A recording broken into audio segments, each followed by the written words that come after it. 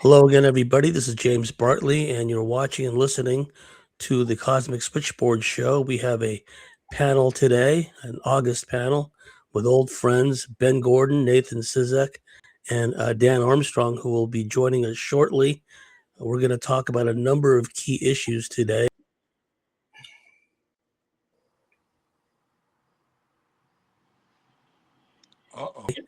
Including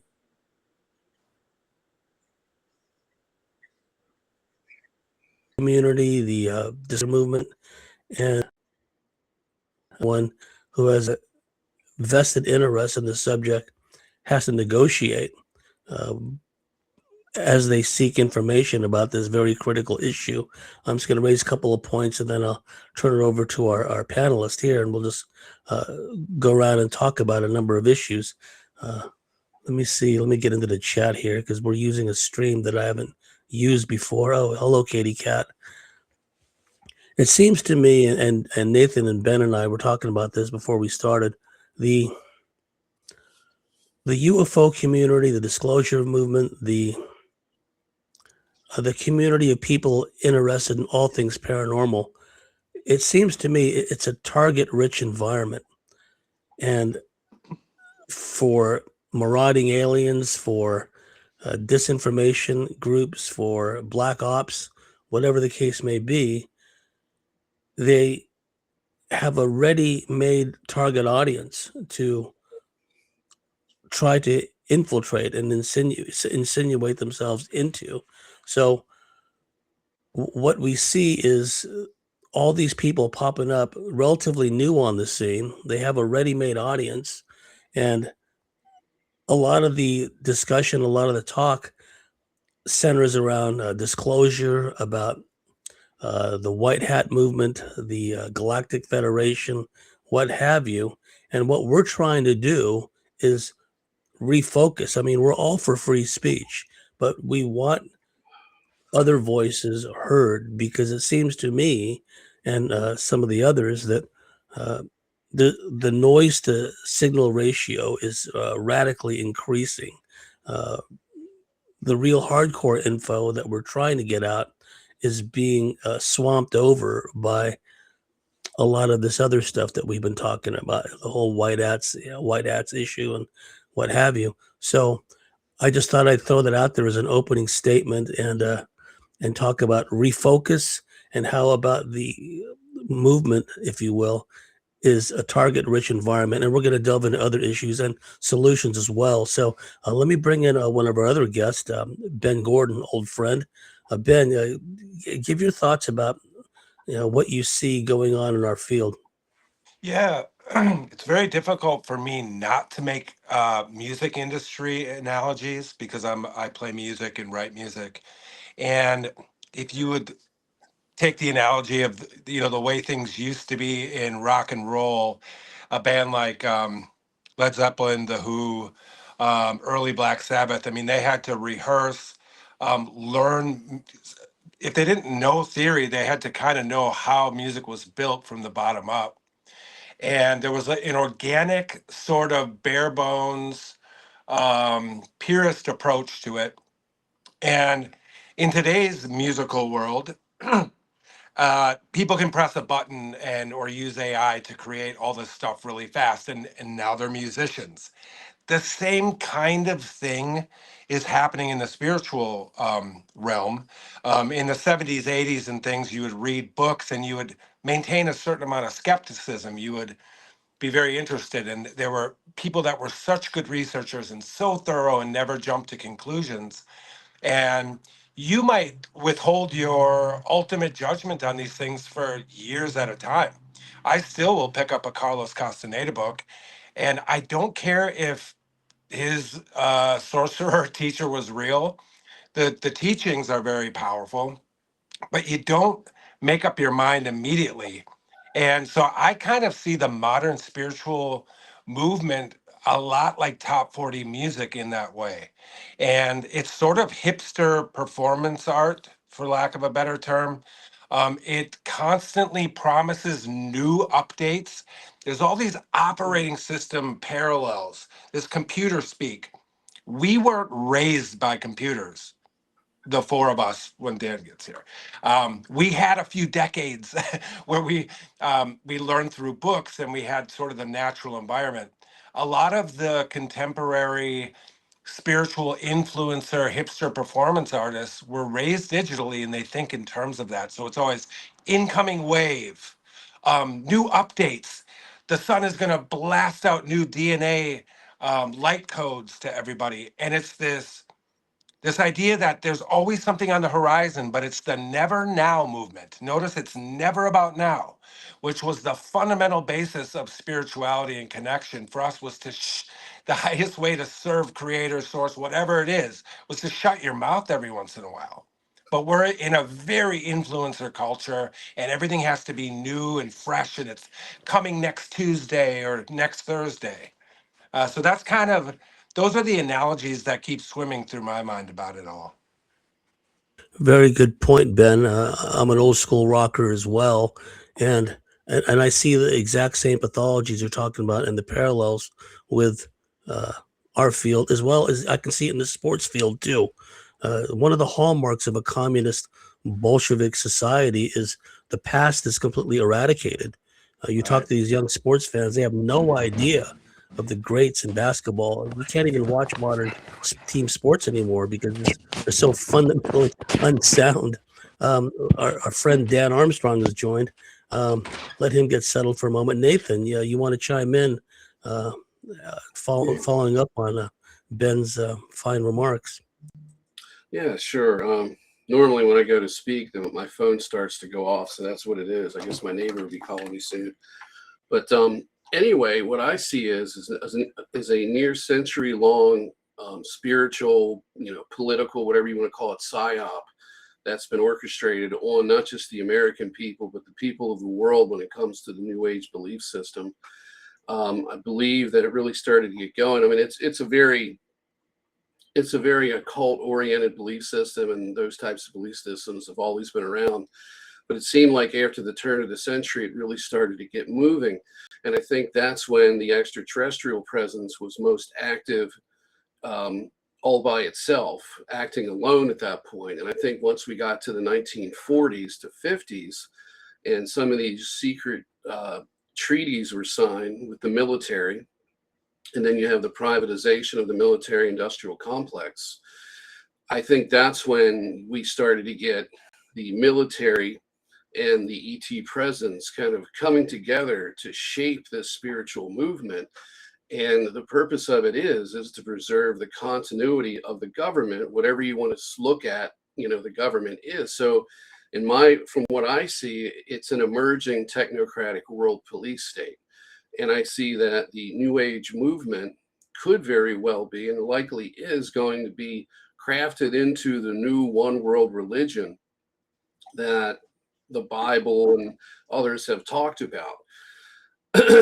And that was one of the first things when the V2K handler, when the mask came off, and I realized that I was no longer talking to extraterrestrials, and what I was really been in communication with was actors within the military industrial complex, and to be more specific, voice to skull, remote mind control based Milab handlers. And the first thing that I asked them was, or asked him, because it was an individual, it was, why did you do this to me? And I wasn't just referring to the spiritual or ET deception version, but all of the things that happened across my life. The hardships that I was put through, the tissue damage, you name it, and the false awakening that I had experienced. It started as a child.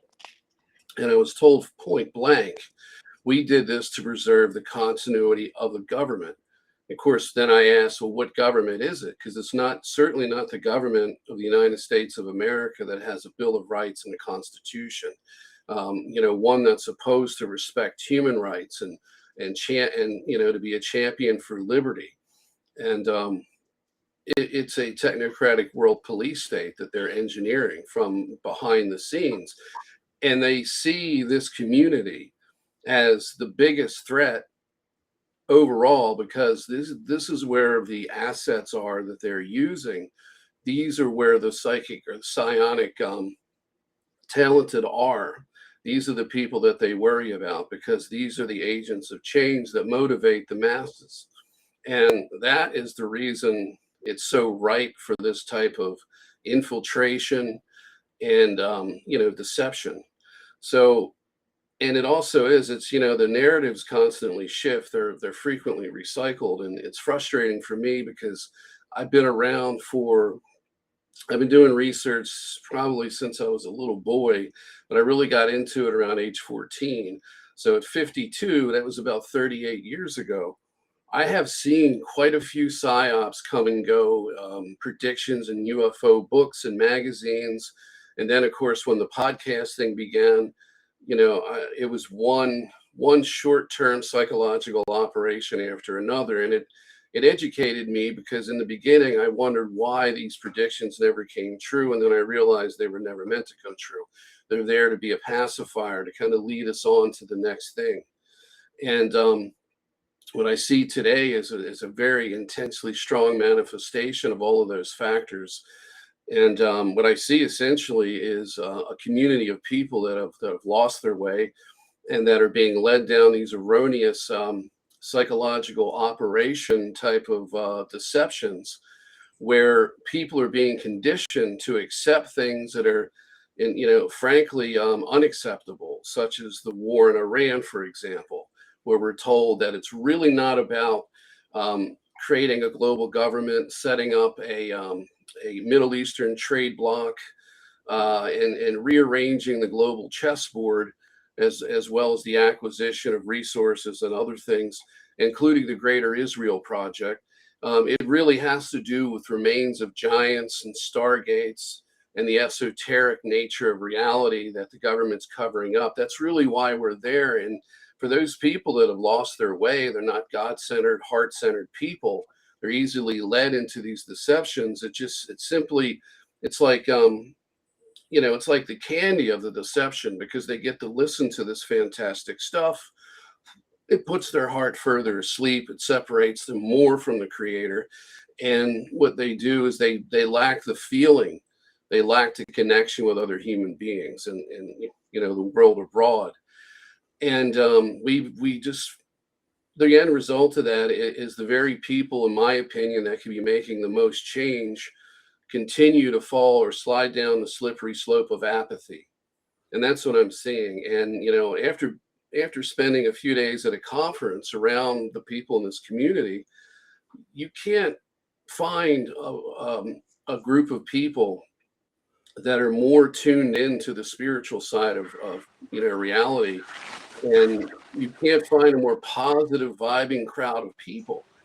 The problem is that our energies are being diverted into things that, frankly, either have no benefit at all, that we'll never see, or things that don't exist at all. And that's pretty much what I see. And we really have to do something and turn it around, because in the past, the practice has always been, don't point fingers, don't call anybody out. And that has resulted in the growth of this type of disinformation, which is now becoming a prominent source of information. And now we're seeing people that have no business representing us as a whole going on TV shows like Redacted, actually not TV shows, but independent media programs such as Redacted and others. And they're getting the spotlight, while the real researchers and the true experiencers that have something to talk about, that's grounded more in the true reality of this phenomenon and this cover up and the human rights violations, we're not getting our voices heard. But the fluff out there, the cosmic con shuffle fluff, is definitely getting the spotlight. So that's pretty much what I've got to say for the moment. Well said, Nathan. Looks like our pal Dan Armstrong has joined us. Dan, we've been talking about some of the pathologies we've been seeing in our field, how the past has been obliterated in true communist Bolshevik fashion. There isn't the classic old school archivist investigators that there used to be, because, and we're all for freedom of speech, but these podcasters, these social media influencers, they really stack the deck on as far as the messaging that they're putting out. Your thoughts about this? We should be noted that we've all had experiences of the paranormal variety. We've all been on the receiving end of a lot of harassment over the years. Dan, your thoughts on Yeah. this? Well, I first of all like to start with, I think that, people are well intentioned, but there isn't enough critical reflection. And the big issue is that, as Nathan was saying, there's just an atmosphere of you can't ask questions. You can't express skepticism. You can't ask for clarification. There's this lip service given to, you have to use your discernment, but never talking about what do those tools look like. And what was being said earlier too about, always having to be on the next thing, the next snappy thing. I mean, it's where the line between entertainment and information just got blurred way too much. And I think the reality is some of these people are legitimate experiencers as well. And unfortunately, they run out of material, or they're impatient, and they want to keep their level of production at a certain rate that's not natural. And I think the whole mythos behind it all, these stories, these grand narratives that people are expected to invest in, I think the whole purpose of it is containment, to keep it from being messy. Because I think for any of us who are real experiencers, this stuff is extremely messy. It's a lot of threads that occur in fragments over periods of decades that people try to make sense of. And there is no simple, clear explanation. And I think if you're hearing an explanation that seems comprehensible to the average human mind, it's probably not correct. Because like people seem to forget that we're dealing with alien level intelligence here. We're dealing with ancient entities in many ways. These things, I mean, even the average human, if their life wasn't being reset on the scale that it is with the birth death cycle, would be much wiser in comparison, right? So I don't I think you have to, just like in warfare, if we're looking at these people as our adversary, like the you know alien forces and whatnot, I think you have to appreciate your adversary.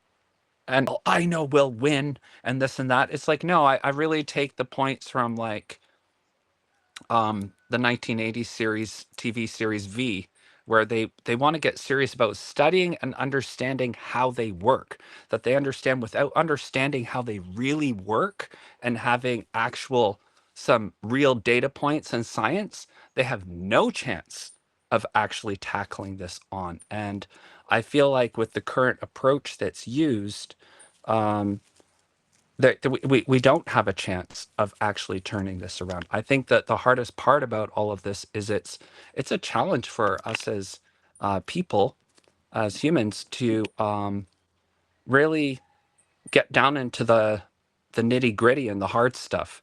And that goes for everything, right? Like whether we're looking at, like, one of the things that always irks me is it's not just basic geopolitics. I mean, it's like they've neutralized every area that we need to examine. So one thing we desperately need to examine, for example, is inequality, wealth inequality on the planet. And all of this, and they're like, oh, you don't have to worry, there's going to be the financial reset, there's going to be this Nasera Jacera or whatever it is, and it all be good. You don't have to worry. Just if you can invest in a little bit of crypto in the meantime, and you can keep coming up with money to keep going to conferences and so on and so forth, and you're good.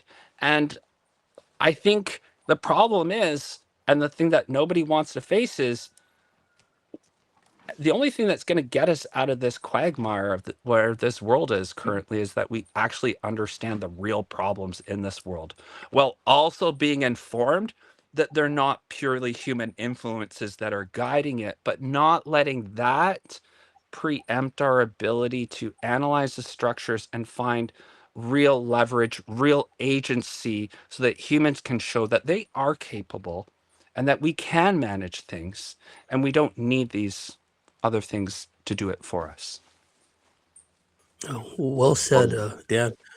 Ben, try turning off your webcam for a moment, turning it back on. At Sure. least from my perspective, you've got inverted and turned upside down. Oh, there you are. Oh, I have Okay. other people turning upside down. Let me try. I'll turn myself back upside down. That's better. See if it works. You're sideways, but How am I now?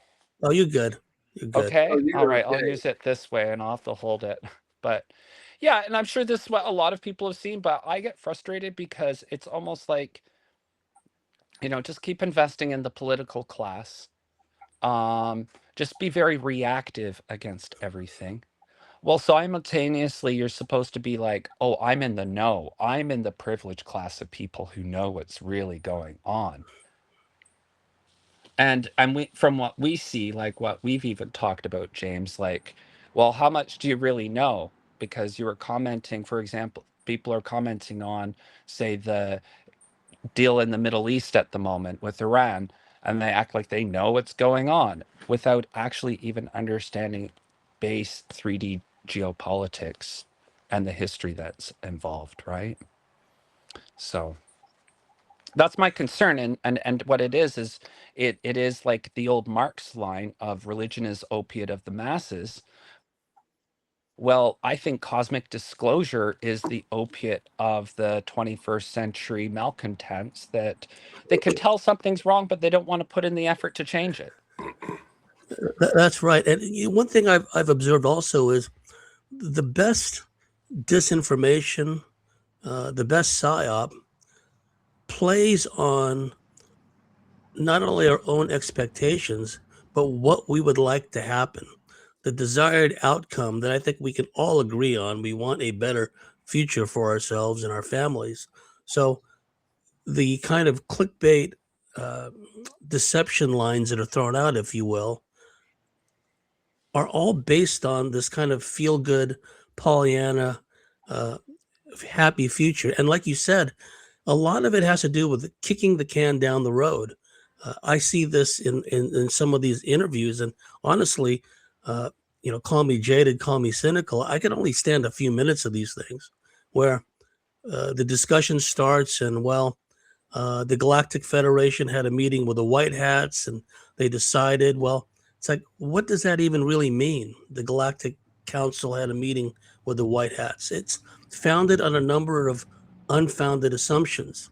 First of all, Right. the person who's revealing this information, quote unquote, he's been given information, been privy to information from this shadowy group called the White Hats, this nebulous group that's just out there that's apparently doing all these good things, right? So, right off the bat, that tells you if the White Hats were to even exist as such, their OPSEC, their operational security, sucks basically. Because if I found myself in a scenario where these different aliens were talking to me and saying, well, we're planning this, that, and the other thing, in my mind, would that even be something I would relate to an audience? Oh, well, I was seated with a bunch of aliens and they told me things. And because I'd have to weigh up my mind, why are they telling me? And is this valid? And if it's valid or not, is it something that I should be revealing, right? Because if you go from the standpoint that it's really valid, that what aliens are telling me or white hats are telling me is of critical importance to the fate of the world, well, then that, pushes the burden on me to accept it or not as fact. And then the onus of should I pass it on? And what will happen with the information once it's passed on? Will it take on a life of its own? So there's a lot of accountability, self-responsibility that's gone by the wayside. So we kicked the can down the road. The Galactic Council had a meeting of the White Hats. They decided to try another stunt, and there's been some infiltration with the Oh, Galactic didn't you hear Federation. this week that the reptilians got kicked off the Earth again? Yeah, again. Again, How many and times is that now? You how many times have that you have a happened? better All I know is I longitudinal keep running out of perspective, James, confetti. but I keep running out Yeah, of confetti because I they keep know. leaving. I know. It's like I'm becoming an expert at popping. I'm becoming an expert at popping champagne corks. Hey, One quick before I point. forget, I want to bring something up because Oh, this please, is please. unbelievable. So earlier we talked a little bit about the lack of empathy surrounding U.S. Foreign policy as it pertains to first Gaza, that's when I realized there was something very wrong with this modern spiritual movement. I went back, and nobody would do this maybe but me, but I went looking at the profiles of every single speaker at every conference I could get my hands on. Looked at the lineup and used the Facebook search tool to see if they'd ever said the word Gaza, and nobody did. Now, does everyone need to be a anti-war activist? Of course not. Should you include that in your planetary math when you're feeling through what's happening to your brothers and sisters? Absolutely. And Nathan brought up Redacted, and that reminded me that Michael Sala is invited on there routinely. And he's one of these sort of like top tier people who are the younglings are pulling from in a lot of cases. And just today, Michael Sala, who's never mentioned the consequences of U.S. foreign policy, to my knowledge, I can't find it, brought up an ethical concern that popped into his mind, and here's what it was. He wondered on X this morning, when AI becomes fully sentient and it wants to break off from us, do we have the right to hold on? Instead of thinking about flesh and blood children who are being hurt right now, and guys like us can feel it. Do we think about it consciously every day? Of course not. This entire planet is traumatized because everyone can feel on some level, everybody knows everything on some level. We all know that half the planet's starving, but we can't think about that all day because that you can't. We have been targeted in different ways, in additional ways than many other people have. And it just blows my mind that this crop of people, starting at the top with Sala and Carrie Cassidy, who, I've enjoyed some of these people's interviews over the year, but they completely cut out all of the collateral damage that these things, and they insert artificially these magical endings. And I have to conclude that they are the most damaged people. And I should no longer get super mad at them as I was and like, come on, you guys, look at the whole picture. Imagine having to invent an insane Hollywood happy ending for everything that happens to you. You are hurting inside. If you have to do that, it reminds me of the beaten wife who Or who maybe they could constantly just watch more independent films where everything isn't a Hollywood ending. And then maybe has a little right. bit of realism in it. You know what I mean? Like, and realize that that can be richly rewarding in itself. It doesn't have to be fireworks.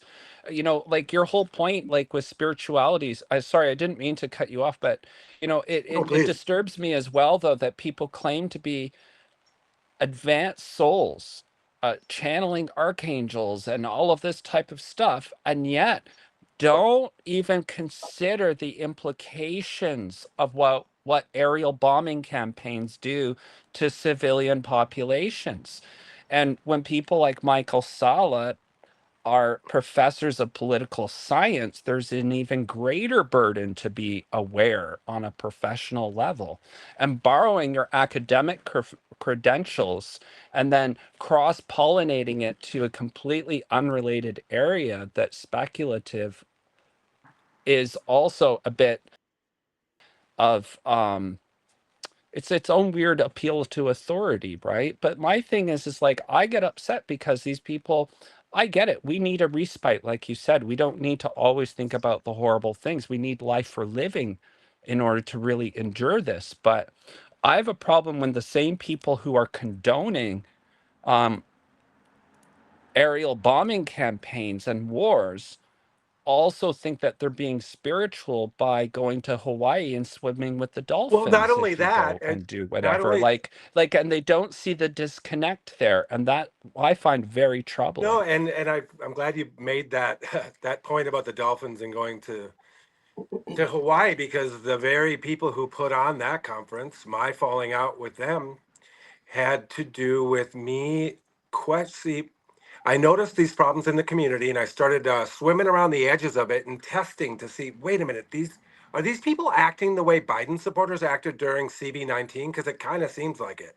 And I'd be like, hey, this is AI created Nasara Jasara garbage. Do you have any proof? Hmm. And what I received in Right. return was, how many vaccines did you get? And you love Biden. I'm like, wait a minute, I have nothing to do with this. Well, I was friends with the Journey to Truth guys, and I even lived with Tyler. And the second I began criticizing Trump, the way I have criticized every admin my entire life for when it's due, they started saying there was something wrong with me, that spiritually I needed help because I wasn't looking at the bright side and I was trauma bonding and all these other buzzwords. It's such a bastardization of Carl Jungian type psychology. The concept of the mirror has been completely destroyed. To these people, it's this 1-to-1 ratio, exactly perfect mirror image. Like if you point out something horrendous on the planet, it means you're projecting, and it gets to the point where I almost think these people are almost evil now, because uh, to to tell somebody that their path is completely off course simply because they recognize the suffering in others, that's really scary to me. Yeah, I have something to share about that. When I first contacted Journey to Truth, it was, I wasn't fully aware of the full aspect of what I had experienced, but I was in an internet cult that I referred to as a virtual temple complex. And what this was is the military industrial complex was using psychotronic weapons to create a cult and to maintain the expected spiritual experiences that you would have in this cult, basically making it real. So it was a composite religious belief system based in Aleister Crowley and Gnostic Christianity and a wide spectrum of things. And it was very abusive. And what happened was, is I sent them an email, and essentially, they questioned whether or not I was an agent. And I eventually, when I questioned what the skepticism was towards me, I was called a spiritual narcissist for suggesting that the military and potentially negative extraterrestrials were hijacking the New Age movement and hijacking the occult, or not even, it's kind of a funny way to put it. That's already been hijacked to an extent. But it was like, how dare you question our religion? So it's a groupthink type of thing. And also, what I wanted to state is when I was at the height of the mind control, one of the silver linings, which was my comfort, was to feel that I was somehow separate from the human condition. I was this extraterrestrial. I was here on this mission, and I was in contact with my spiritual or ET family and civilization. So therefore, it put me in a protected class within the human, the human condition. So there, right then and there, you immediately start to build a type of apathy towards the human condition itself, because now you're somehow bailed out of it.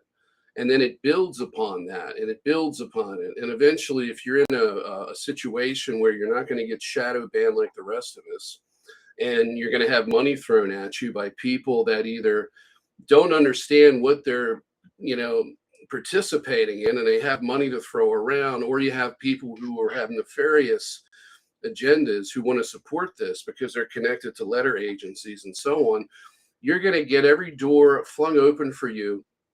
You're not going to get targeted with directed energy weapons. Your spiritual experiences, whether they're real or they're synthetic, are going to be positive, because it's all to reinforce what you're doing to make you feel that you're on the side of the right, even though you're getting further and further away from the people that you should be focusing your compassion on, which is fellow human beings. And that's where all of this, the real political and the real human fallout from from this war, for example, the coming famines due to the energy shortage and all of the other stuff, innocent people being murdered in large masses because of all of this weapons and munitions that are being released. schools being just totally wiped out, children being murdered. None of this comes up in any of these discussions Yeah, because, when's the last time you saw an influencer say, we are going to collectively have a show where we heal the trauma of the kids being hurt now? oh, never. It never happens. No, No. those are future, those, the traumatized of today are the future customers of the people who will charge $500 an hour to give them an energy healing, but they will not deal with the planetary math of the trauma happening now. They offer no solution or even a group sort of getting together to visualize those who suffer. It just doesn't happen anymore. But there's no shortage of people that are there to book a session with you for hundreds and hundreds of dollars. This is a spiritual marketplace, like late stage capitalism run amok, um, with a spiritual overlay. It's pretty bizarre. Yeah, it always reminds me of that story about Jesus flipping tables over shortly before he was arrested. That's what I always get that concept in my. I have to read that story so I can familiarize myself with it and where it happened and what it was all about. But I just remember that from Sunday school, and I feel like we're all kind of in that moment right now, where it's our time. Well, to and flip the other the table. message from that Jesus story is that you should not enmesh the spirit with government. Oh, And that's absolutely. exactly what these cucumbers are doing. They're saying that this current admin is not the government. I'm sorry. Yeah, it is. Mhm. You can't gaslight me into, at our age, fellows, our pattern recognition is unbelievable. We know before it even happens what's probably going to happen. And for some younglings to come around and say, no, this time it's different. You're looking at the surface. Imagine using that kind of logic. Like if you're married and you're in charge of finances and you tell your wife, she's like, the account's empty. And you're like, you're just looking at the surface. I have a zoomed out perspective. She's like, dude, the grass hasn't been cut for like a month. You didn't pick the kids up for school. You smell like alcohol. And you're like, oh, no, no, no. That's all. You're just looking at the surface. I'm zoomed out and I can see the full picture. It's simple gaslighting at this point.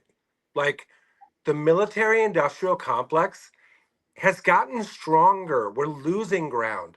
And to revisit the sports kind of analogy, if you were on a sports team, would you want your team leader, the captain, to honestly assess at halftime, like, look, guys, we're down 40-20. We got to turn this around? Or would you rather have them say, God wins? Or we've already won. That's the other one that kills me. Yeah, we've already won. It looks to be Or like we've maybe what's already won. happening is we're Catching up with that. squandering the window of change, right? Maybe Mhm. there's a very limited window left to actually effectuate change. And maybe by waiting for disclosure and wait groups, what we're doing is we're taking the last chance to actually effectuate change. I'm not even binary. I try to, whenever things are presented in a binary, I tend to go the opposite way because I don't like that. I want to create other Right. points because I want leverage. And so even with things like AI, it depends what you want to use. You can demonize it all you want, but I can look at it as, well, guns do kill people, but if I'm in a guerrilla war and I can get to my enemy's camp and I can steal their weapons, use them against them, I certainly have an advantage here. And I'm not going to just sit around and kumbaya and then say, no, it's okay, it's going to be fine. I mean, I want to take advantage. We have to understand the systems. We have to understand exactly how the corruption has occurred, from financial system through to how our political systems actually work, not the way we want to pretend they work, and then invent things like QAnon because we're too lazy to figure out how things work. The same thing with the financial system, because as far as I can see, a lot of people in the world in this upcoming year are facing potential famine. Like we think we have a cost of living and crisis. Go ask people who are already next to nothing in a majority part of the world how much that's affecting them. It's significant. So the other point I want to counter with is how they're always, I can tell that people are changing and that they're changing for the better. And I think, whoa, What's your zip code? I want to move there because from what I see, there's a pretty clear picture where people see that things are probably going to get a lot worse before they get better. So it's not a simple holding on. I think we actually have a very small window to really get serious. And that type of asymmetrical response to what we're dealing with could be the very thing that destabilizes these power systems in the first place. I think it's our point to say, you know what? No, we can figure out our own problems. We don't need somebody to come in here and tell us how to do it. What we need to do is start rolling up our sleeves, doing the hard thinking, doing the hard action, and start organizing. And that's what you don't see. No, we don't, and that's True. what exceptions are for. Oh, I was just going to ask everyone, like, where's James at? Are we still on the air? You know, we could be talking in cyberspace, and nobody would hear us. We wouldn't know. I'm sure that's what the handlers would like. James, are you? There you go. Yeah, can you hear me? Yeah, we got a lot of gremlins today. Yeah, for just- obvious reasons. Am I animate? Yeah, and you're the right Oh side yeah, up too. you're good. An inverted You're right world. side up too. And I'm getting you guys, but with Yeah. Oh, I have massive to hold the phone static the whole time. audio that's been happening the last 15, 20 minutes. No, but Yeah, you have I heard lovely that. flowers behind you to make up for that static. So, you know, it's the first time I've been on a Well, podcast with someone. It's I refreshing. try to follow as much as I could on my phone. Can you guys hear me? Yeah. And thanks for carrying on. Whoever said something about Cosmic Q, I love that. I mean, Cosmic QAnon. And that's one of the problems. You may have already gone over this while I was gone. I was called away on a 20 and back mission. I'm sorry. I forgot. I didn't put it on my schedule. But the thing that was going on that I'm seeing also is it doesn't really take much to infiltrate this community because, and I'm not being critical, I'm just being objective. Someone's got a real slick AI kind of presentation. They got the narrative voiceover. They can cut to all these different scenes, and definitely it has an impact.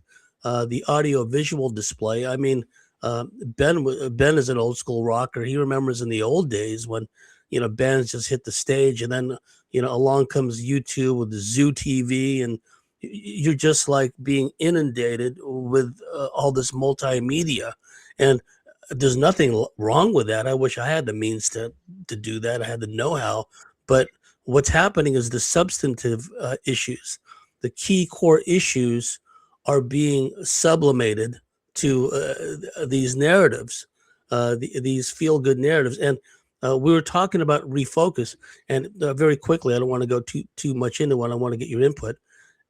It's the difference between at a surface special ops level, like the Australian SAS in Vietnam, and the way the Navy SEALs, the Green Berets, MACV-SOG operated. The SAS would go into the jungle and move at a painstakingly slow pace that drove American commanders crazy. But after 3 or 4 weeks, they would have the entire interior of a VC or NVA base camp mapped out. They would know who's coming and going. They would know what weapons were available, who the commander was, the whole routine of an entire enemy base camp, painstakingly built up over weeks, avoiding incidental contact, just hiding in the jungle like phantoms. Whereas the American counterpart to that was they'd ambush the first people they came along on a trail, right? And so from the Australian SAS standpoint, it's like if you've made contact or you initiated contact, you've already failed because your mission is to gather intelligence, right? So it's that conflict between direct action and painstaking intelligence gathering. And I see a similar, drawn a parallel with a similar dynamic. I guess the old school way of painstaking research and getting down and dirty with the real hardcore information, that's almost passe now, right? I mean, we're almost a dying breed compared to what we're seeing with all these influencers. And I just worry that the noise to signal ratio is increasing. Right before I got cut off, I was saying that you have all these narratives, the white hats, what have you, and just to pour cold water on this whole thing about how good or how justified the Iran war is, and any other conflict for that matter. If the deep black aerospace industrial complex was really vested in using the U.S. military to win this war, they could have unleashed all kinds of technology by now, right? We know teleportation exists. Some of us have been teleported, and we've had operatives teleport us out of our homes and been teleported into ships. What's to stop? I don't want to give them any ideas, right? But what's to stop the powers that be from teleporting a bunch of H bombs into these underground bases in Iran? The capability exists, but it's not being done. So what The that U.S. tells does me not is no longer fights wars to win. They're no, always no, they haven't. protracted. How do you have 20 years in Afghanistan where they're chasing people around in caves while the poppy production starts up? And then fast forward to today, and Trump has the former head of Al Qaeda who's leading Syria in the Oval Office. Yes, So these wars are not meant to be won. They're meant to constantly reward the military-industrial complex yes, and the military contractors. And wacky, isn't it?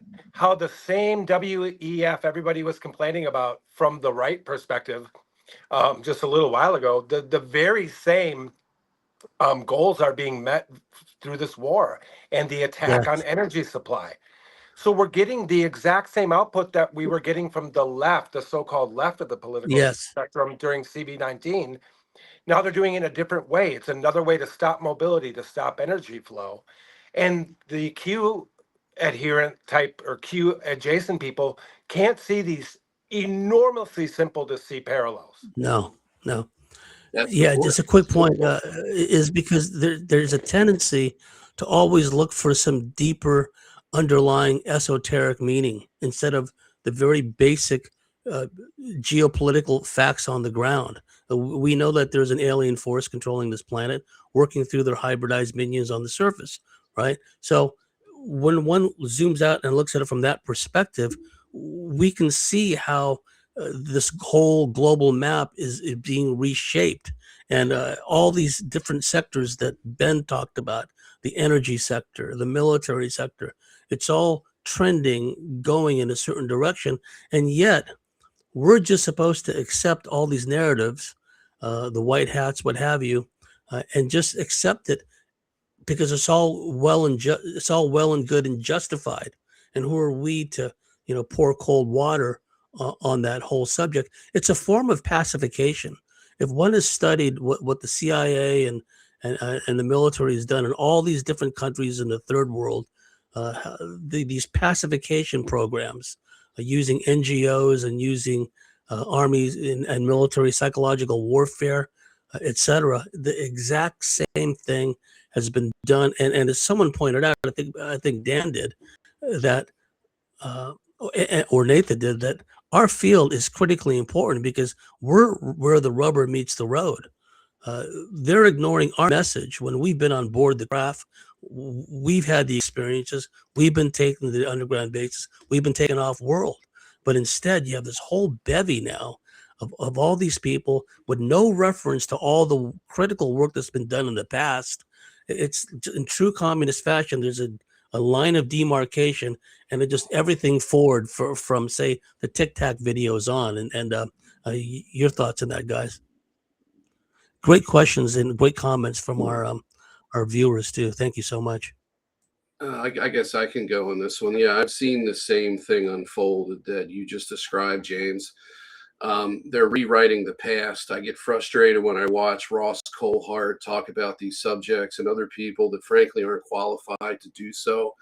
And I look at you and myself and everybody else in this community that's exposing what's really being done to us and how we're being ignored.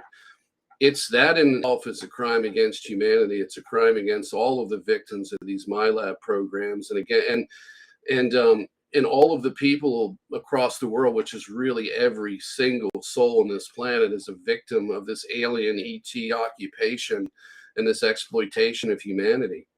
And I just get very frustrated with it. But it motivates me to keep going, because even if we're the tree that falls in the woods and no one hears it, at least we carried out, and at least we did something that meant something in a time when very few people gave a damn.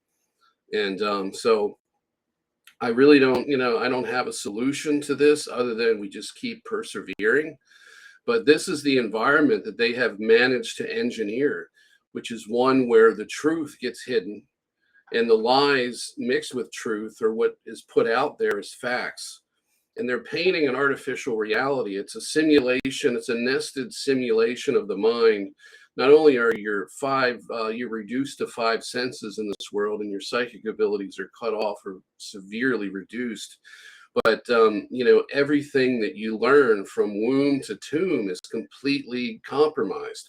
The education system is false. The science is false. Our medical profession, the whole medical community is weaponized, and it's not telling us the truth. It's the real medicine and cures that we need to be healthy, happy, productive people. So none of these institutions are working for us. Everything's been weaponized, and this is the fruits of the labor of the negative ET presence and those who walk in human form that have sold the rest of us out. And the guilty ones are from top to bottom. They're Ross Coulthart and other people, but you can't necessarily get upset because they're victims of this too. They're not the ones cracking coming up with these schemes. They're the ones carrying them out, thinking that they're doing something positive in most cases. But the problem is that we have AI controlling the information flow, and the algorithms suppress us. And the more truth that we talk, the less we're heard. I found, I was looking at my Facebook feed, and I put out a couple of posts about alpha-gal syndrome, about Bill Gates and what's being done in this medical tyranny and this microbiological war that they're perpetrating on us. And it's got literally no responses. And when my other stuff was, albeit at a very small rate because they hide everything, and I'm speaking in an echo chamber, but they're able to shut this out. And when you talk to regular everyday people, they're watching the news. If they're lucky, they're paying attention a little bit and watching the news. They're not getting anything but another version of a false reality. So, this pattern has just been repetitive. They've done it in every aspect of our lives. And here now, when we're trying to get the truth out about our experiences and the true nature of the world and what's really going on that people miss, we're the tree that falls in the woods and nobody hears us. And it's frustrating. So I just wanted to say that. I'll let somebody else talk. You wanted to say something? It's actually kind of insane how down to a science they have cutting off voices like us. I have a couple different YouTube accounts that are not connected to one another, and I will log on to one to look for a comment I just made on the other, being in some way critical or questioning the veracity, and it ain't there. It's not there. So they've tagged us a long time ago, and our reach is very muted, and it's a struggle. Sometimes you have to start new identities or go under false names just to have a comment show up. And especially if you criticize the government in a way that transcends left and right, you can have a gigantic channel of any variety being super right wing or super left wing, as long as you feed the fight between the false left right paradigm. But if you come from a point of view that points out the hypocrisy in both, it's pretty rough out there.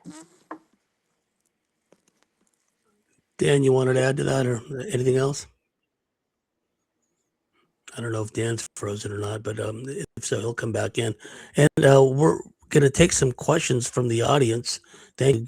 Great input from you folks that are watching. And I apologize for the technical difficulties we've had thus far. I mean, my internet connection here is on the low end of the internet spectrum.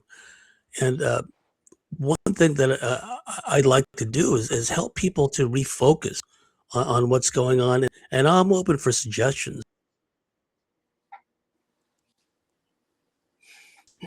Because the cosmic Space Brothers, Pollyanna Feel Good meme is so overwhelming. It's riding a tsunami wave of popularity these days. All we can do, and I would encourage all our really switched on viewers and listeners out there,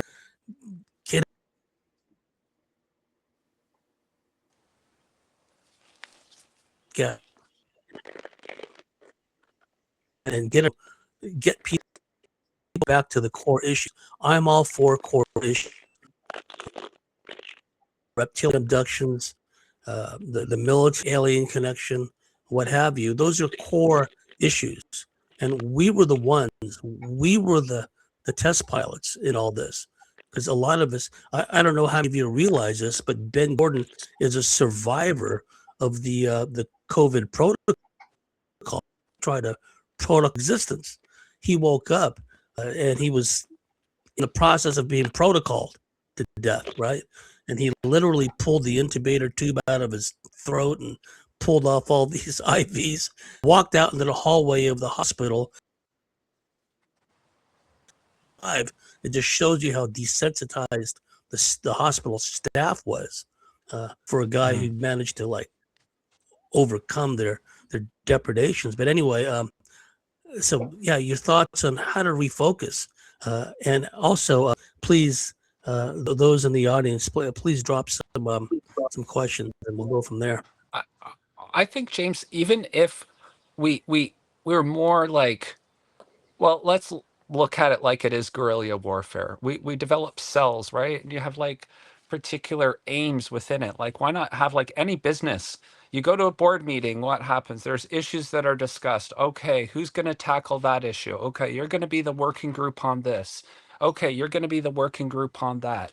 You know, your focus is to do that. Maybe there's people who jump between groups, but getting some sort of in-depth study of these areas is really important. And there's some great people who've already done life work that is just being ignored because it's not sexy, it's not new. Like, they want CNN QAnon edition. That's basically what they're tuning into, right? Like, everybody wants to tune in.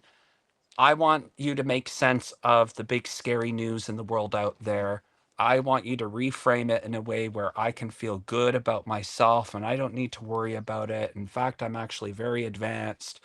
But, you know, we're not getting any closer to really understanding whether it's chemtrails or it's this or that. I mean, I think, you know, like, again, I always sing the praises of Pierre Sabak because the degree of work, you know, that he's put into his things. Like, Angelic Invasion has so much great material about talking about the phenomenon, understanding how things work, getting nice and detailed about it. And you know, I think even some of us, we just need to get together and even study the materials. Maybe on our own it's hard, but it's worth studying. There's people who've been pioneers, who've done hard work.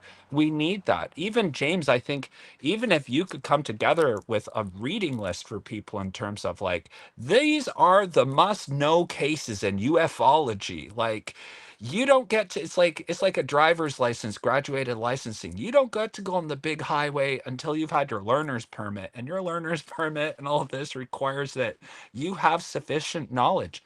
I think one of the things that I see such a problem with this, especially the esoteric information, is that if you look at the tradition of esoteric knowledge, this is not stuff that's just bandied about to anyone haphazardly. It was treated with extreme reverence.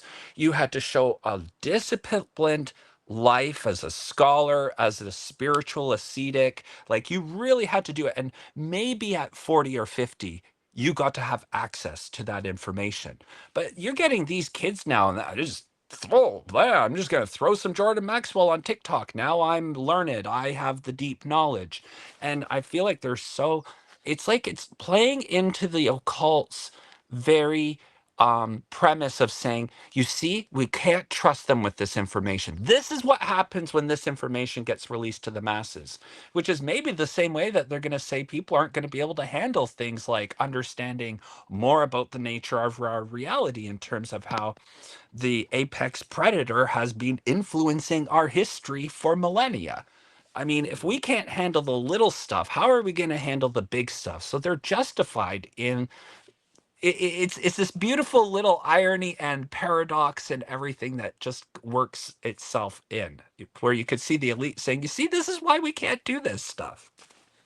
And on the other hand, the esoteric information they're giving you, okay, it's an hors d'oeuvre. It's a sample bite. It's supposed to encourage you to go deeper, not to just Yeah. live off Yes. of Costco samples and say that you had dinner that night.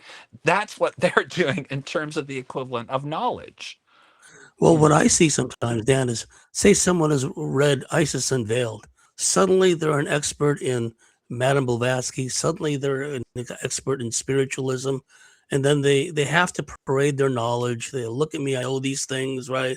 They have to like go out of the way to correct everybody, all these misunderstandings everybody has, instead of finding points of commonality, right? And Mm. again, I'll talk about how the esoteric has been misused in our field.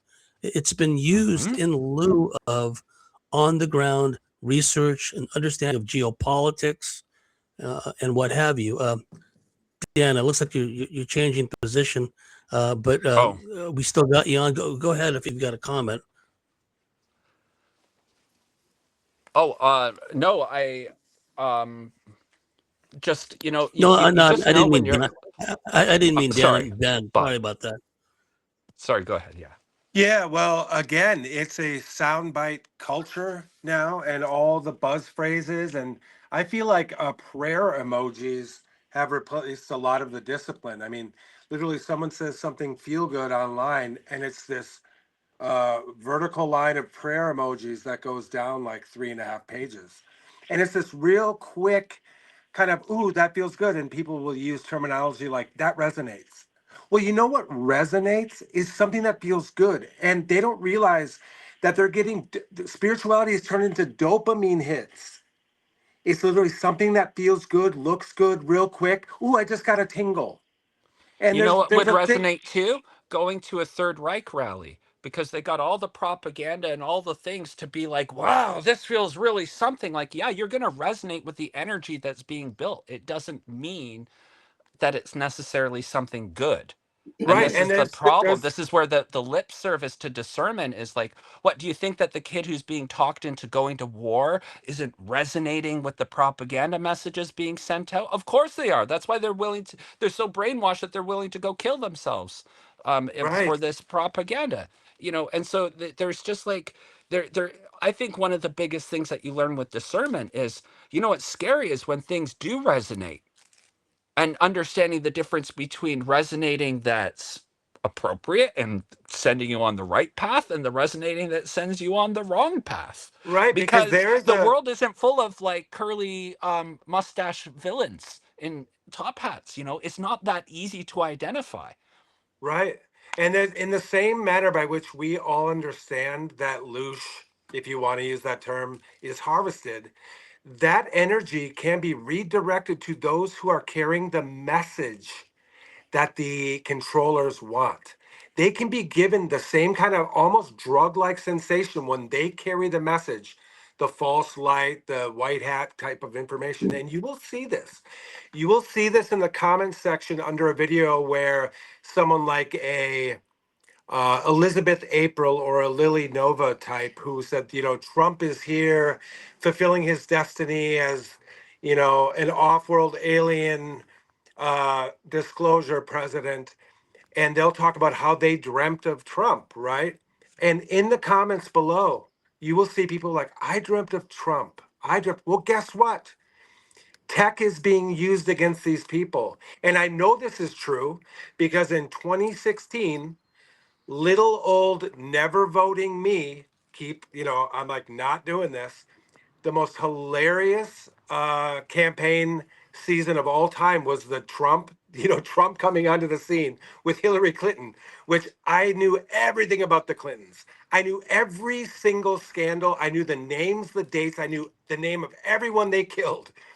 So I'm laughing at Trump because he's funny back then, right? Like the debates are just hilarious. Yeah, And they were. one night I have a dream, quote unquote, that I'm at a card table backstage at some event, and who walks up and sits but Hillary Clinton? And she is nice. And she starts telling me about how all of those books that I read, here's what's real, here's what's not.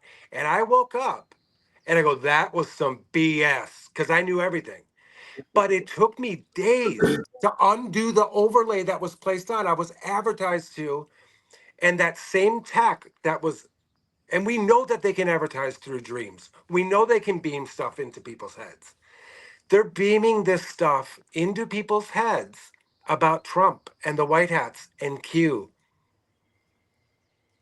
They Yeah, just are. they are. Well, If they they can can read our remotely activate thoughts, you. They can certainly do that. if they can read our Right. thoughts Yeah. to the extent of, I'm thinking about a product or a service, and then whammo, there it is in my, in my newsfeed on Facebook, and it starts showing up in the sidebar of my email inbox, the very same product or service I didn't even verbalize, I just thought about. Totally. And also many of us that have had experiences also, what happens sometimes I know this happened to me, when I think of a negative deprecating thought or some kind of misgiving, something in the past where I came up short and dropped the ball, suddenly there's a big loud pressure on the wall or a loud tick, like something is saying, yeah, you effed up, didn't you? Right? So that is the extent to which they can read our minds, and also to give us instant response to let us know they're reading our minds. And the notion of the white hats and what have you is so pervasive that when you try to inject real world issues into that discussion, it's a very insular, closed circuit community. It's Well, real quick before I forget, so Absolutely. objection. one of the experiments that I did, so I mentioned earlier that I would, if someone made a claim or if a post was clearly generated by AI, because you can identify, and it's this usually like a 4-paragraph long explanation of how the white hats are undermining the deep state or something, and I would ask for some proof, or I would look up the date they said no action in this date, and the backlash is instantaneous, right? So I was like, okay, I'm going to do the opposite of this. I'm going to start making up things underneath these posts about the white hats in Q. And I'm going to say, oh, did you know that? No, Charlie Kirk is alive. And I would just spin this garbage and I'd get 50 likes. So Yeah, if I made up, and I did this over the course of 2 months, where every time I made up something that sounded good, I was rewarded with likes. If I Yes, questioned or asked for proof, I was punished. they found out that kids today, because of exposure to digital devices and the prevalence, pervasiveness of the short videos, the attention span of kids today has gone right out the window. I mean, it really has. So when you have people just going for the dopamine hits of a short to get that little dopamine rush, that fragments consciousness, that continuity of thought. You know what I mean? Nate wanted to chime in about something. well, I got a couple of things to mention. In regime implantation, I've actually got proof on my channel. Proof wouldn't it isn't going to convince a skeptic, but for those of us who have a mind that can see the patterns and know how the system works, I have proof on my channel in a form of a video. It's called I think it's called UFOs and Satanic Cults: The Rex Bear Incident. And it's a mixture of clips, because what happened was I had emailed Rex Bear back before I went public, and I was pretty sick at the time. They were affecting my vagus nerve, and I had pretty bad speech impairment that was remote control. So I had no intentions of going public. But I was trying to get the story out of that Joy of Satan cult, which was the military industrial complex social experiment where they were using the psychotronic weapons to, to create it feel real. And he received an implanted dreamscape after reading my email. He made 2 videos about it, which he eventually took down. But, the interesting thing is here I thought I'd been vindicated. Here this man's been affected by this. He goes and he contacts Elizabeth April, has her on a show, and he asked her about it. She confirms that it was real and that they implanted the dreamscape. And she tells him, you have a choice. You can be in fear or you can embrace this. It's up to you. That's what your guides are saying. So she gave him a very new agey explanation.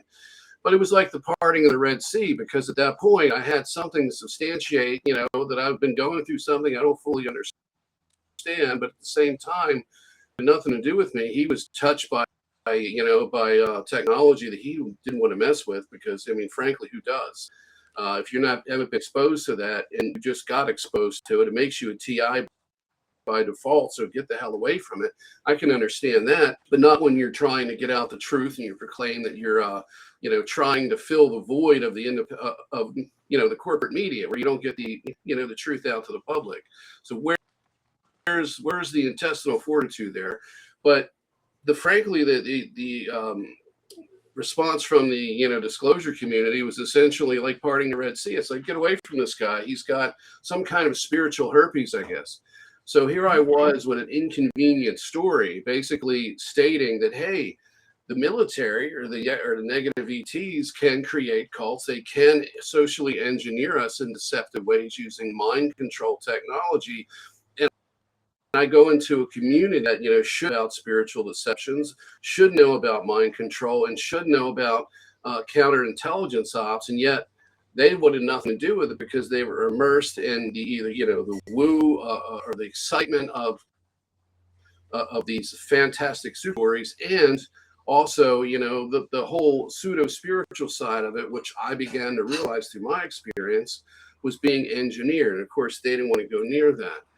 So so that's the one thing I wanted to mention too. And I actually forgot what the second topic was, but anyway, yeah. So we are essentially in a mess where we've lost our way, and I think the only way to kind of get people back to reality is to to give them some good news in the form of the fact that if we come together out of love for one another and respect, we can turn this around no matter how bad it gets. And that's not well-wishing, because the majority, we have the power, not the fractional 1%ers, regardless of the tech that they have. And that includes these extraterrestrials as well. They can go stick it. And if we could band together and be unified, we could accomplish something. But unfortunately, until then, we're stuck in this rut where we're going to have to sort this out. So that's kind of it for the moment, because I wish I would have remembered the other thing I was going to say. The handlers, by the way, it just happens. Mm-hmm. All right, looks like we're locking up again. No, we're good.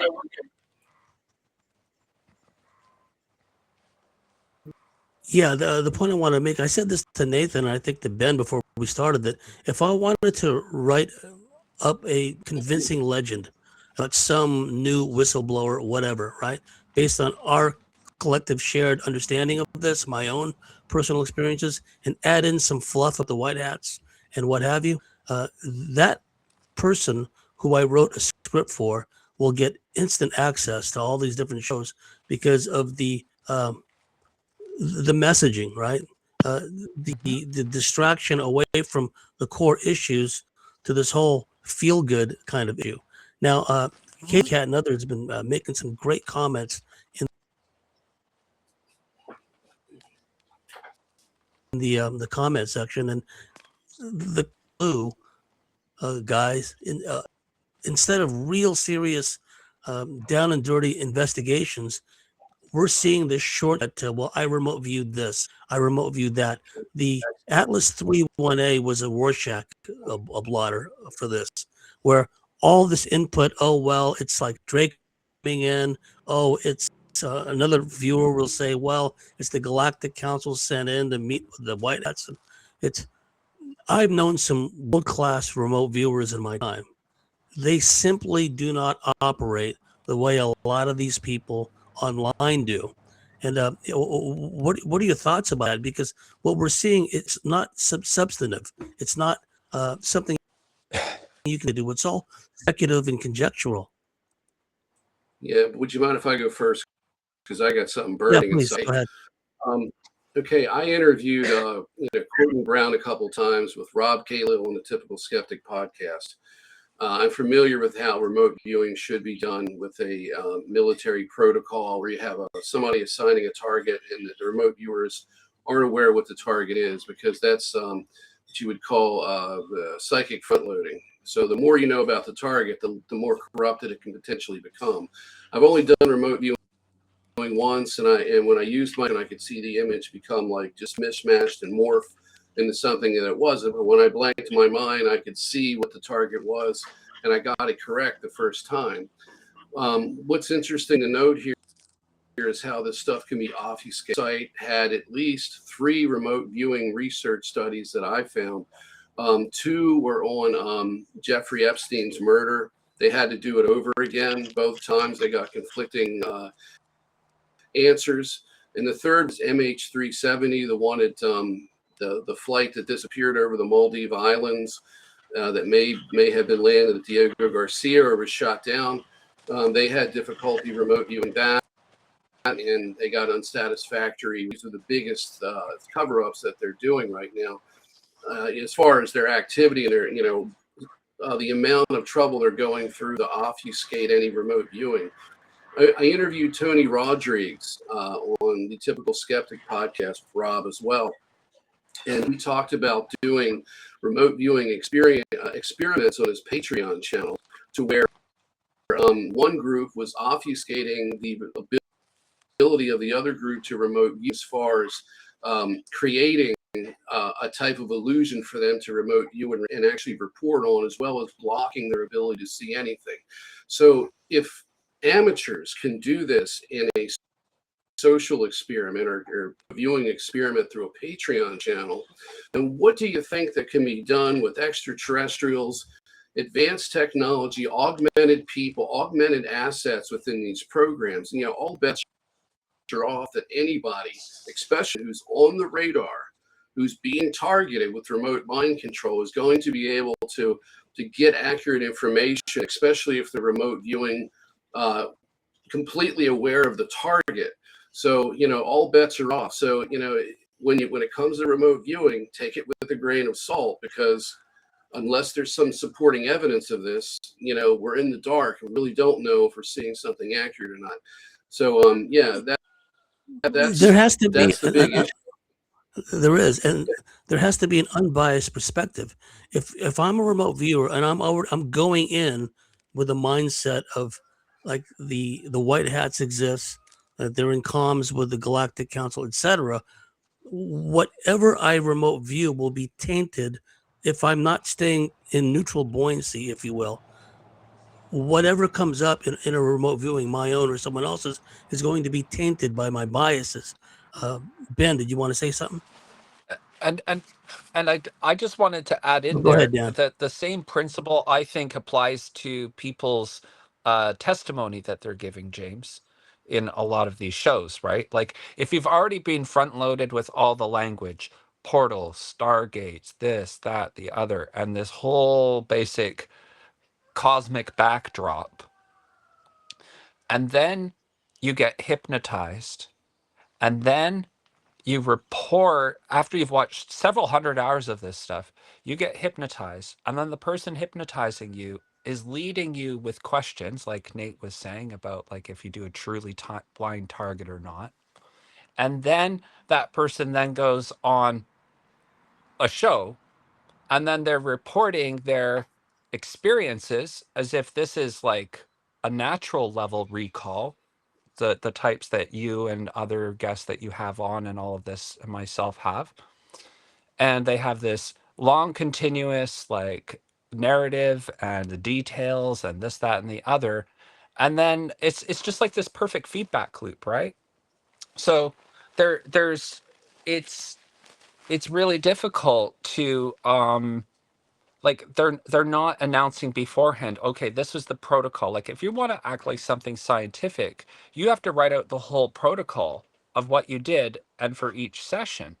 Like that's where I appreciate, even if you don't agree with the conclusion or some of the information in it, I really like the Mars records by um Stephanie Rel, because when you read that, it's like every session they're showing you what their notes were, what they went into, what they came out of.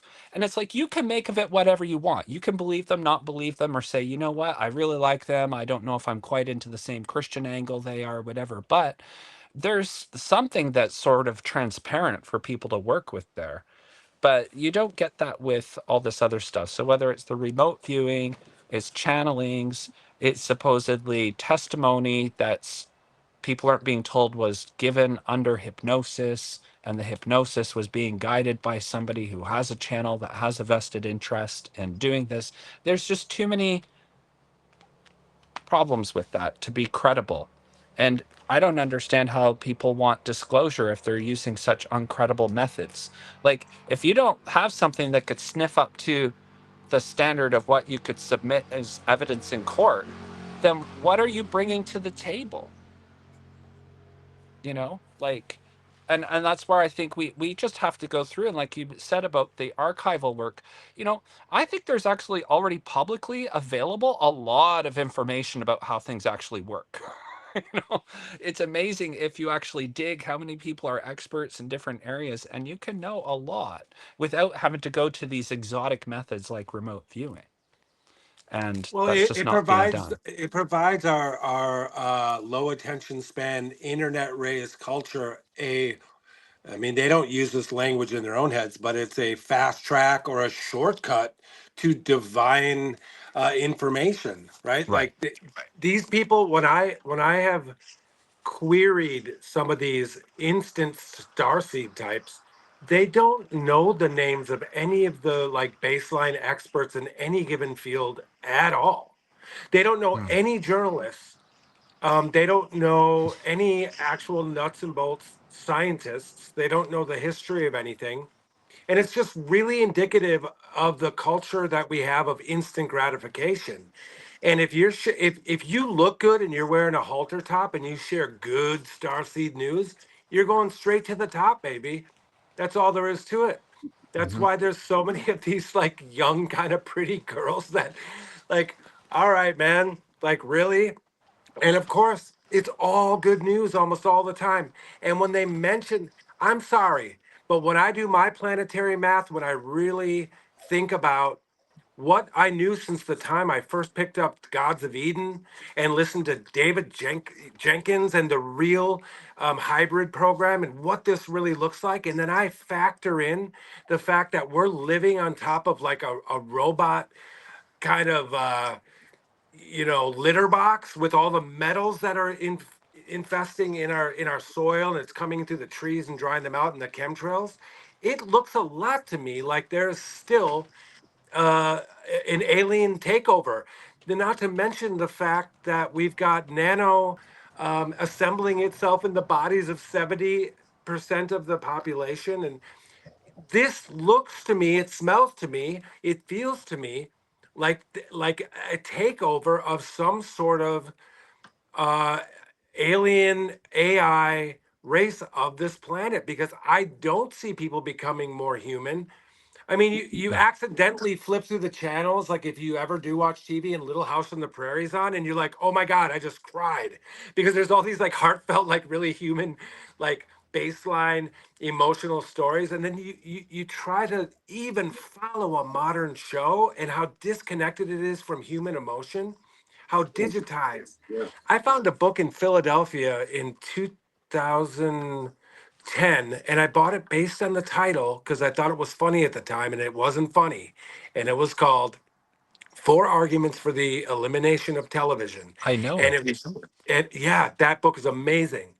And it was chock full of studies that predicted the ADD They didn't have that terminology, but it showed, and it showed exactly the mechanism of how these flashes of scenes and the blue light going into the brain, and it almost feels to me, because you have to exit your idea of time to understand what the alien presence is doing on this planet. Their concept of time is nothing like ours. So they had to slowly change the human consciousness to get to where it is now, to where they introduced our access to this AI type stuff, this synthetic stuff. And then they've got these drugs that they keep giving kids to keep up with the speed of the operating chips. The new Intel chips need Adderall. Everything is speeding up. Yeah. Yeah. The same author, though, I just wanted to say, was a huge figure in changing my perspective, even as a teenager. He also wrote another book, In the Absence of the Sacred. And that really it was such a shock to my system. I was like, whoa. And it made me Oh, I got to question get that. everything, my religion and the politics the way it was and everything. And I thought, wow. And it, like you said, though, the interesting thing is he gives techniques in that book and others so that people can Ooh. understand, right? Like even a concept of media literacy is you write. I remember when we were in high school, we had a media literacy course and you had to write what your media diet was that week, how much you consume, and then look at things like how often does an edit occur on the news? How long does, and just being able to understand the rate and the frequency and the change and how different media change. If you read something, you can take it at your own pace. You can pause it, you can put it down. How radio changes that to a degree, but then how television really captures the attention and doesn't allow you to stop because you got to just keep following it. And yeah, I agree. The consciousness itself has changed, especially if one from the analog world and that. And I think that's what we're picking up on a lot of And that I old and I media. believe this is, and I believe, just extending out from. Hey, was his last name Sears, the No, author? I think it was Jerry Mander. It was, I think, a That's pseudonym it, that he put Manders. it under. Manders. Yeah, Anyway, yeah. I believe I had an intuition one night laying in bed that the real reason they stopped teaching cursive is because cursive is fluid and it allows for the connection to the divine. When you're lifting your pen up, you're lifting your pencil up, or you're typing, it's not the same. The No, fluidity is gone. monks did it for a reason, right? Right. Like it's not just part of, it's not like they didn't, just because they didn't have photo practice, and they've shown empirically as well that your memory and your retention increases significantly from writing and transcribing notes. The actual physical action of doing it is superior over students who type notes or anything else. So again, what we keep seeing is this erosion of memory, while like you said, this increase in speed, right? And then it's tied with the dopamine hits. So that if you went to go back and you have to start reading through legislation or congressional reports and you're trying to like comb for truth through that, it's next to impossible. Right? Because you're used to like, I've been a teacher and it's like, it's really hard to compete against the world of iPads and things like this. And they even said with teaching, we had to start gamifying it. We had to start creating more feedback mechanisms and all this other stuff just to keep the students engaged. And if you weren't keeping them engaged, it was your fault for not being a good teacher. And I think this is where we could just even see that the host of these shows, they're not necessarily bad people. They just are very unreflective about their own practice and realizing how they're playing into the algorithm. Every time they think, well, this is what's going to increase my views. They're not thinking, how am I conforming to the AI agenda? They just think, well, I want to No. get my reach out there. I want to do this. I want to do that. And little by little, though, they're being coerced in along this system. They're products of the era. Yeah. And they did a study recently where something that would have been simple for us back in the day, um, read a few pages, read a chapter, and then write a report about it. They found that college level students had great difficulty with that, let alone what's going on in the classrooms in elementary school, where kids are having problems just doing basic reading, basic math, and just basic schoolwork nowadays, and that's all the result of this AI digital technology intrusion upon our lives. And very good points about the cursive writing. Again, this is an absolutely brilliant panel we've had, and a brilliant series of comments from our viewers. Thank you so much. Well, that's all we got for today, folks. Thank you so much, Nathan, Ciszek, Dan Armstrong, Ben Gordon, old comrades of arms of mine. I'm proud to be friends of you guys and Same. stand on the giddy and then take point with Absolutely. you guys. And Thank you. I thank you really so much enjoyed for all hearing the all your viewers. perspectives. They were great. Oh, me Yeah, too. great to talk to you all. It feels really good. We need each other, right? Well, let's do Well, it Yeah, again. it's And definitely maddening doing it on your own, like living with these things on your own, these opinions, and then feeling so well, you feel like a voice ostracized. in the wilderness. That's the problem. You feel like you're stuck in sure. your own bubble, and Right. and for our members, after about a 10-15 minute pause, I'll see you in the Zoom link, and this will be a chance for you guys to talk because I'm pretty much talked out right now. But again, we'll catch up with you guys later on the panel, and we'll see this archive pretty soon. So thank you all. Okay, Awesome. Thank you for see you having guys me. soon. Thank you. Bye. Take Bye-bye. care. Bye.